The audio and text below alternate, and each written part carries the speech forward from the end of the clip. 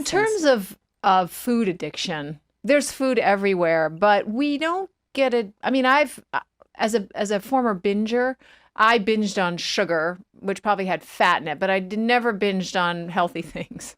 So I, I thought that was a psychological I was psychologically damaged, and that's why I was binging. And actually, when I worked on myself through therapy and a 12-step program, that hole inside me did go away, and I stopped binging.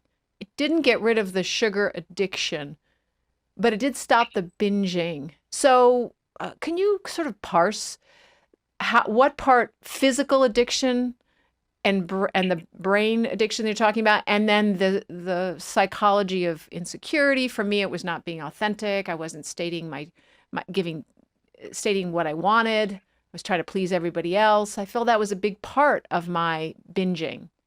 Yeah. Yeah. Okay. There's so much here. So yeah, the inner work is a really important piece. I mean, fundamentally, you can sort of put the plug in the jug, which is like an AA term for like, stopping the addictive behavior, right? You can stop drinking, you can stop eating sugar, you can stop binging. But if you don't then do the inner work to sort of fundamentally heal on the inside, um, that's going to be temporary. There are going to be emotional cues, patterns of, whatever it is. It could be self-loathing. It could be low self-worth. It could be, not setting boundaries. It could be whatever, right? That will propel you back toward using your substance. Because frankly, life is really painful if you don't have good coping strategies. And if you haven't, sort of developed that peaceful inner core. Life is hard. Life is difficult for everybody. Somehow it seems like we all get more than our fair share of challenges. I don't know how that works out mathematically, but it does seem to be true. And the physiological addiction is in play there too. I do want to point out that many food addicts do binge on healthy things. So Mm. quantities are an issue in and of themselves. I personally can eat 10 pounds of roasted Brussels sprouts. So, Okay. uh, Guess it's just so not it's my just not thing. your Yeah, it's thing. not my thing. So Yeah. so here's something interesting. I talked earlier about the susceptibility scale and one third, one third, one third, right? I actually prefer to think of the susceptibility scale as a continuum from 1 to 10, where 10 is really highly susceptible, in particular to food addiction. Let's just keep it on food for a second. Now, this gets technical, but for the mathematically inclined of our listeners, that scale is actually an exponential scale, which means that if you're a 1 on the scale, the sort of psychological space there is like 1 squared, which means just 1.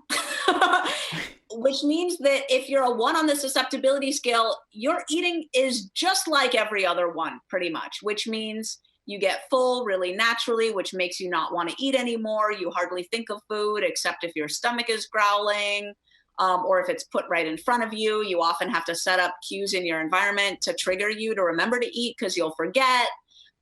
It's not an issue for you at all.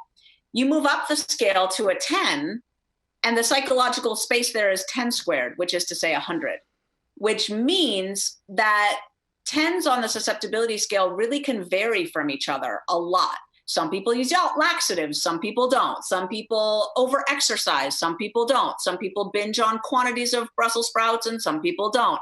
Some people, when they do their emotional work, their binging goes away. Some people can still binge, even in the face of feeling completely whole and fine with themselves and no self-loathing on board at all, no boundary issues, but still they can't stop eating pints of ice cream. They don't know why.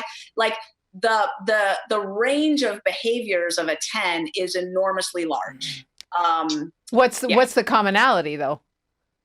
The commonality is certain core traits of not necessarily all of them, but some extreme experiences in terms of not being satisfied when eating a normal amount of food, food obsession, and fixation on what you've eaten or not eaten, whether you're on your plan or off your plan, how many miles, how many calories, how many pounds, that stuff. Um, occasionally experiencing, or maybe frequently experiencing, a lack of control when you start to eat. So you say you're going to have one piece of pizza, but just beginning to eat pizza, suddenly you're eating 4 pieces, 5 pieces, the whole pizza. Some experience maybe with binging.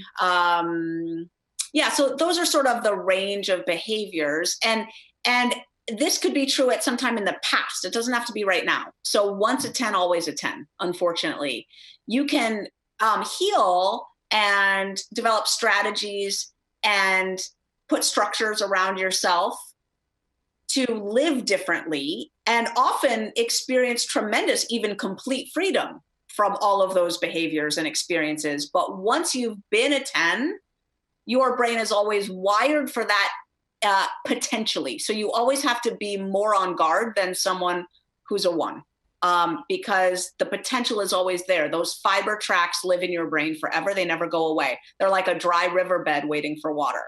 I'm 1,000 miles away from binging, but I could get there in a minute.